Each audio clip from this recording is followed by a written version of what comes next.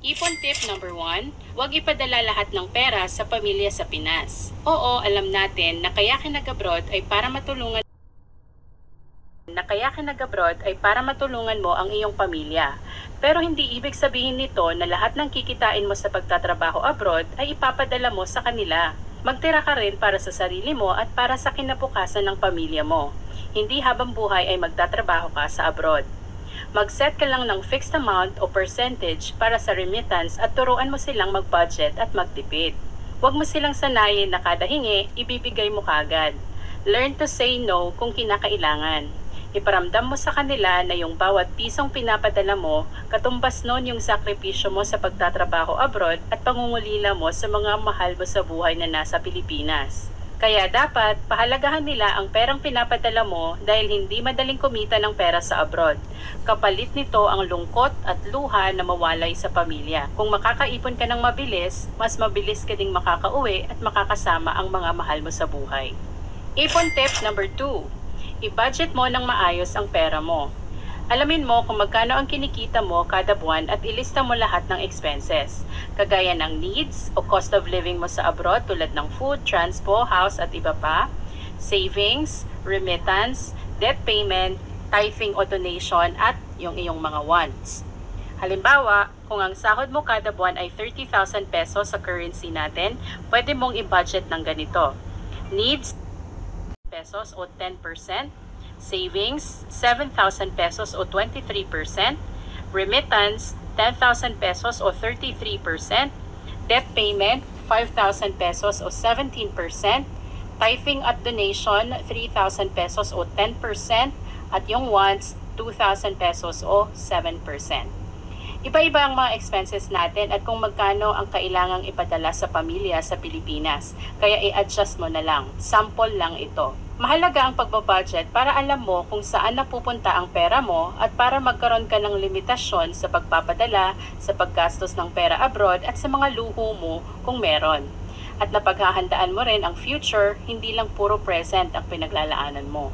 Kasama din sa pagbabudget ang paglilista o pag-track ng expenses mo sa abroad. Dito mo kasi malalaman kung saan ka pwedeng magtipid para mas madami kang maipon.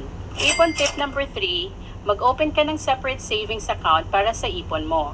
Mas maganda kung bago ka umalis ng Pilipinas, nakapag-open ka na ng savings account at na-enroll mo na sa online banking para mas madaling mag-transfer online pag nasa abroad ka na. Mas okay din kung magsiset up ka ng automatic savings para sa tuwing makakatanggap ka ng sahod, automatic nang nata-transfer sa savings account mo yung ipon mo. Maiiwasan na yung usual na excuse na next sahod na lang ako mag-iipon. Makatutulong din ang paglilista ng mga financial goals mo para may malinaw na direksyon ang savings mo.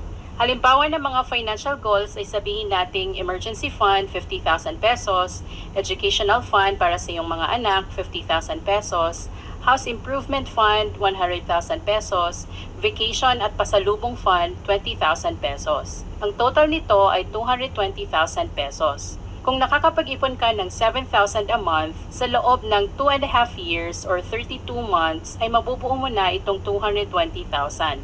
Kung madadagdagan mo pa ang ipon mo, halimbawa, gawin mong 10,000 a month, mabubuo mo ang savings goal mo na 220,000 pesos sa loob lang ng 22 months o less than 2 years. At posible pang mabuo mo ito ng mas mabilis kapag inaral mo ang pag-i-invest kung saan mas malaki ang kikitaing interest ng savings o investment mo kumpara sa regular savings account. Pero paalala lang, wag na wag papasok sa anumang investment o business na nangangakong magbibigay ng mabilis at malaking tubo o get rich quick schemes dahil baka umuwi kang luhaan. Imbes na pera na, naging bato pa. Kaya aral muna bago invest.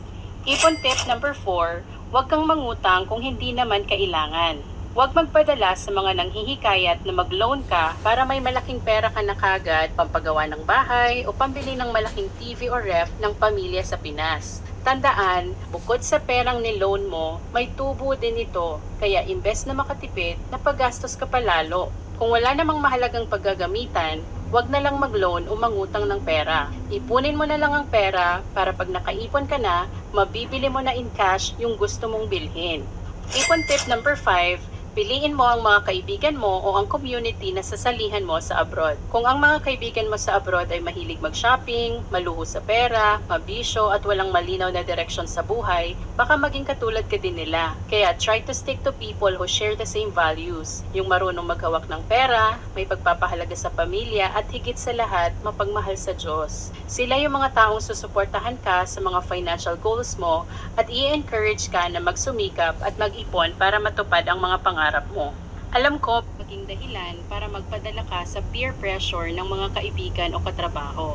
Di bali nang masabihan kang kuripot, KJ o walang pakisama, ang mahalaga may napupuntahan ang pera mo at alam mong malapit nang matupad ang mga pangarap mo. Di bali nang wala kang mga mamahaling sapatos o bag, ang mahalaga wala kang utang. Di bali nang walang iPhone, ang mahalaga may ipon. For more budgeting tips and resources, check out the links on the screen.